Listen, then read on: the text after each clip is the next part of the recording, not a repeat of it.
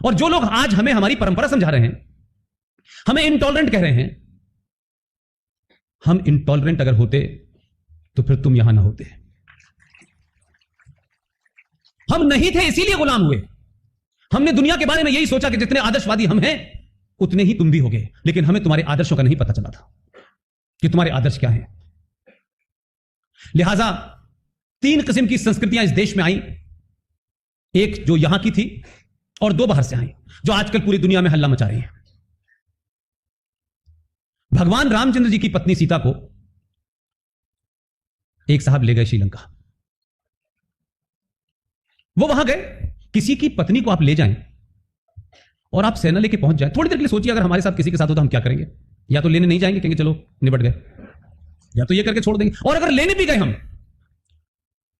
तो क्या इतना आदर्शवाद हो सकता है जिस आदर्शों की पराकाष्ठा पे रामचंद्र जी ने यह काम किया?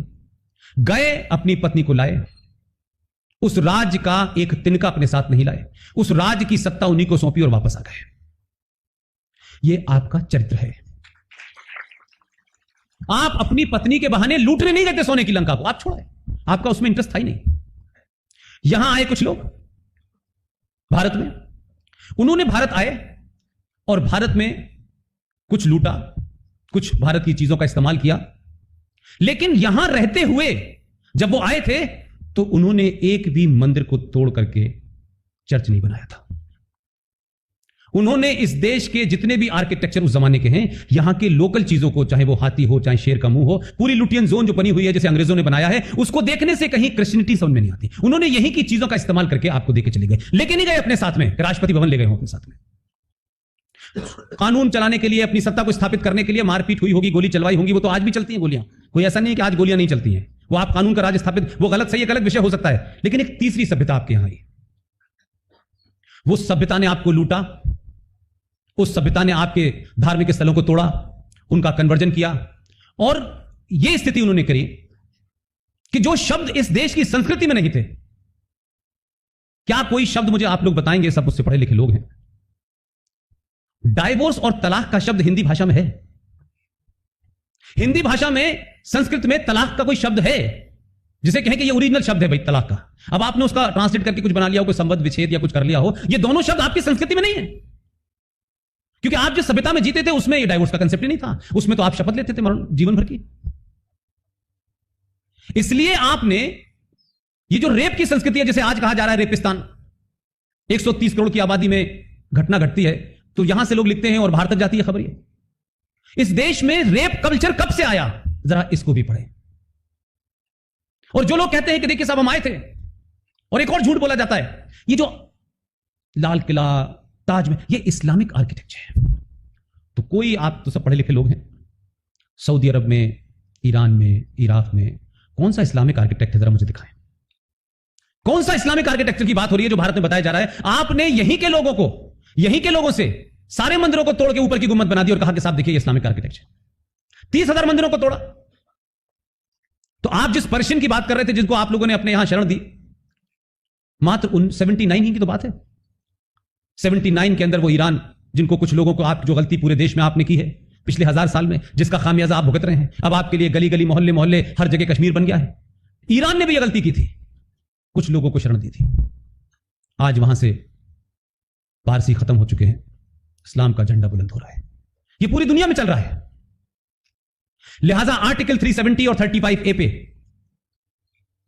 मेरा कहना अभी भी यह है आपसे कि आप खुश हो, इसको खूब प्रचारित भी करें। अभी बीजेपी के कुछ लीडर्स ने कहा कि श्यामा प्रसाद मुखर्जी ने बलिदान दिया। मैं एग्री नहीं हूं, मैं उसको बलिदान नहीं मानता। एक ऐसा शख्स जो अब नहीं है, उनकी शान में मेरी कोई गुस्ताखी हो जाए मुझसे, वो मैं नहीं चाहता। हम 70 साल के बाद भी सब कुछ ब्लैक एंड व्हाइट में मौजूद है। आज भी हम झूठ बोलते हैं कि बलिदान दिया, श्यामा प्रसाद मुखर्जी की हत्या की गई, जेल में हत्यारे मौजूद हैं, वो लोग मौजूद हैं आज भी इस दिल्ली के अंदर। हम ये नहीं कहते बलिदान क्या होता है। जेल में रखा और उस कॉन्स्पिरेसी में बहुत सारे लोग शामिल हैं जो दिल्ली में टहलते हैं। सच तो बोलिए भाई आप। श्यामा प्रसाद मुखर्जी ने बलिदान दिया एक कॉन्स्पिरेसी के तहत, उस वक्त के तमाम लीडर जो कश्मीर में जिंदा हैं, मौजूद हैं वो लोग। इसलिए मैंने सिर्फ ये कहा, जो मेरी आपसे अपील है, इनसे अपील नहीं है। नहीं, मैं देखिए, मैं जब बार बार कहता हूं कि इनसे अपील नहीं है, तो आप इनको ये मत मानिए कि इनसे कोई मेरी नाराजगी है। मैं चाहता हूं कि ये 5 साल वहां रहें, इन पे सवाल ना उठे, इसलिए मैं चाहता हूं। मैं नहीं चाहता कि ये अपने मुंह से कोई बात ऐसी कहें, उसके लिए मैं ही काफी हूं। मेरी मांग है, और ये चौथी सभा है जिसमें मैं ये कह रहा हूं, इसको इशू बनाइए। 31 अक्टूबर को जम्मू कश्मीर में पहला लेफ्टिनेंट गवर्नर अपॉइंट होगा। आप तो थोड़े बहुत और बहुत ज्यादा समझदार हैं, लेकिन आपके राज के अलावा मुझे अपनी बात कह करके फिर उसकी और एनालिसिस करनी पड़ती है, तब समझ में आता है। ज्यादातर लोग ट्यूबलाइट हैं। एक मंच पे खड़े होकर के कम शब्दों में ज्यादा बात कहनी चाहिए, कोई यहां लंबा पाठ नहीं हो रहा, लेकिन उसमें भी लोगों को फिर मुझे बताना, फोन करके कहते हैं इसका मतलब क्या है। अब इस पर बड़ी मेरी दिक्कत है। 31 अक्टूबर का दिन जानबूझ के चुना गया है, उस दिन सरदार पटेल का जन्मदिन है। और जब इतिहास लिखा जाएगा, तो जिस सरदार पटेल को कश्मीर से दूर रख करके कश्मीर का ऑपरेशन नेहरू जी ने किया, आज उसी सरदार पटेल की धरती से निकले हुए एक दूसरे आदमी ने उसका ऑपरेशन कर दिया है। तो एक साथ 2 चीजें इतिहास में लिखी जाएंगी, और इस इतिहास लिखते वक्त खासतौर से 370 और 35A पे, माफ कीजिएगा मैं बहुत ब्लंट आदमी हूं, इस पे जब भी इतिहास लिखेगा, और ईमानदार लोग लिखेंगे, बेईमान तो बहुत लोग हैं, चापलूस भी बहुत लोग होंगे, ईमानदाराना इतिहास लिखा जाएगा, तो ध्यान रखिएगा, लोग मोदी को कम अमित शाह को ज्यादा याद रखेंगे। यह बात अलग है कि जो कुछ लोकसभा में किया उसकी प्रैक्टिस पहले हो चुकी थी आरसीआर के अंदर, वो तय हो चुका था स्क्रिप्ट, लेकिन जिस खूबसूरती के साथ, जिन तथ्यों के साथ, जिस एग्रेसिवनेस के साथ देश देखना चाहता था अपने गृह मंत्री को, उसने उससे ज्यादा परफॉर्म किया।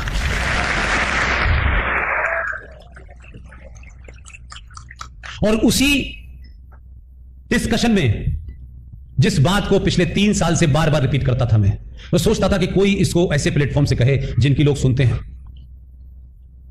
एक पूरा स्टेटमेंट याद कीजिए लोकसभा की उस स्पीच का। उन्होंने कहा कि हम पीओके भी लेंगे, हम अक्साई चीन भी लेंगे। जानते हैं इसके पीछे का एक घटना क्या है? जब उन्होंने यह कहा तो बहुत लोगों को यह समझ नहीं आया कि इस आदमी ने, गया वो बेचारा पहली बार है पार्लियामेंट, लेकिन रिकॉर्ड उसने 70 साल का पढ़ लिया। इसलिए मैंने कहा कि यह काम समाज को करना चाहिए, इन बेचारों के पास समय नहीं है, सब कुछ ये नहीं करेंगे। इनको कुछ कुछ चीजों के लिए आप रिलैक्सेशन दे दें। बहुत सी चीजें हैं जो समाज को उठानी है, और समाज जब उठाएगा उसका दबाव होगा। मुझे मालूम है कि पूरी संसद हिल जाएगी समाज के प्रेशर के सामने। आपके अंदर वो ताकत पैदा कीजिए। आपने ये पैदा नहीं की तो 5%, 6%, 16% ये वो मिला करके एक सरकार बनती थी, और उसमें अजीबोगरीब किस्म के लोग प्रधानमंत्री बनते थे। कोई सो जाता था, कोई जगा रहता था, किसी का पता ही नहीं था ये कब जाता है कब आता है। तो मेरा कहने का यह है कि सच्चाई नहीं थी, इसलिए आपको वैसे ही कानून मिल रहे थे। एक साहब प्रधानमंत्री बने, वो पड़ोसी मुल्क से आ गए थे, वो प्रधानमंत्री बने, उन्होंने कहा कि नहीं, अरे हम तो शांतिप्रिय देश है, तो हमें यह रॉ की जरूरत ही नहीं है। जो विदेशों में हमारी खुफिया एजेंसी काम करती है, उन्होंने उसको ऑफिशियली डिसमेंटल कर दिया। यानी लोग अपनी लाइकिंग डिसलाइकिंग पे देश चलाते हैं यार। लिहाजा जी सर, मुझे बड़ी खुशी है कि इस महान आत्मा को आप लोग याद रखिए। ऐसे लोगों को याद रखिए। कुछ लोगों को इसलिए याद रखना चाहिए, इतिहास का मतलब यह है कि इतिहास में ऐसी घटनाओं का इसलिए याद रखना चाहिए कि आपको कदम कदम पे ध्यान रहे कि जो गलती हमने की है हम न दोहराएं। सिर्फ इसका इतिहास का इतना ही मतलब है।